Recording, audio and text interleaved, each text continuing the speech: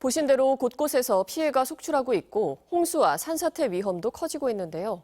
한국건설기술연구원 황석환 연구위원과 자세한 이야기 나눠보겠습니다. 황 의원님, 지금 강이나 하천의 유량이 늘어나고 댐들도 많은 물을 방류하고 있는데요. 저지대 홍수 위험도 커지는 것 같습니다. 대응 요령 예, 부탁드립니다. 강이나 하천은 양쪽에 저희가 이제 제방이라고 하는 뚝을 쌓아서 홍수 시에 조금 더 많은 물을 빨리 하류로 보내는 형태로 되어 있습니다. 따라서 홍수 시에 제방이나 제방 너머 하천 주변에 있거나 접근하는 것은 매우 위험하고요.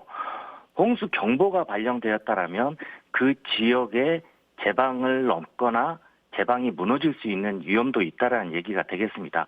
그렇기 때문에 제방 안쪽에 있다고 하더라도 인접한 비닐하우스나 축사 등에서 작업하시는 것은 삼가해 주셔야 될 것 같고요.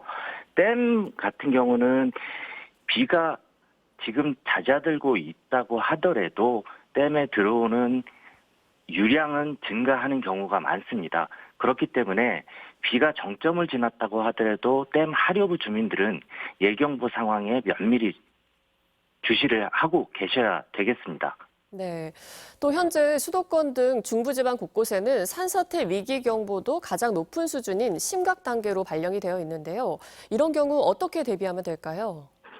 그래서 산사태 위기 경보의 심각 정도라고 하면은 우리가 생각했을 때 이미 어디든 산사태가 발생했거나 할 수 있는 상태를 이야기합니다.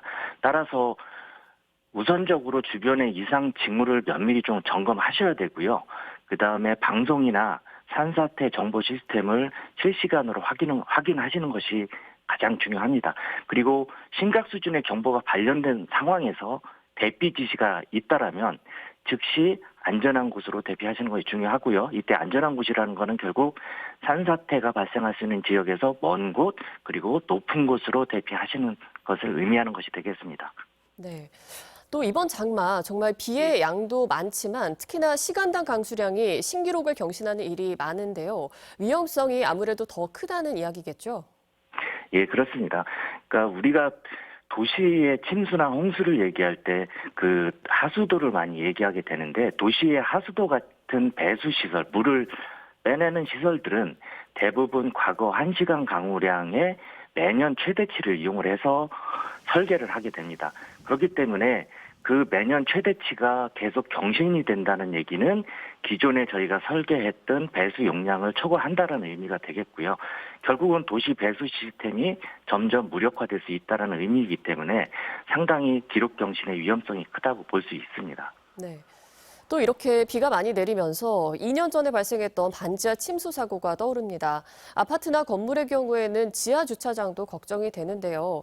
이렇게 집이나 사무실이 침수 위기에 있으면 어떻게 대응하는 게 좋을까요? 일단 폭우가 내리는 상황에서는 그리고 어떤 예보된 상황이라면 준비가 좀 필요한 시간이 있다라면 사전에 그 집 주변의 배수구 등의 배수시설 점검이 중요할 거고요. 그 다음에 침수 시에 즉시 대피할 수 있도록 대피로나 장소 등을 사전에 확인해 두는 것이 중요합니다. 그리고 만약에 침수가 진행되고 있거나 예상되는 경우에는 아주 긴급한 상황이 되겠습니다. 이런 경우에는 즉시 전기나 가스 정도를 차단하고 높은 곳으로 이동하는 것이 가장 중요합니다. 그리고 지하 침수 상황에서는 가급적이면 엘리베이터 등보다는 계단을 이용해서 신속히 대피하시는 것이 가장 안전한 방법이 되겠습니다. 네, 지금까지 예. 황석환 연구위원과 위험 상황에서 어떻게 대처하면 좋을지 이야기 나눠봤습니다.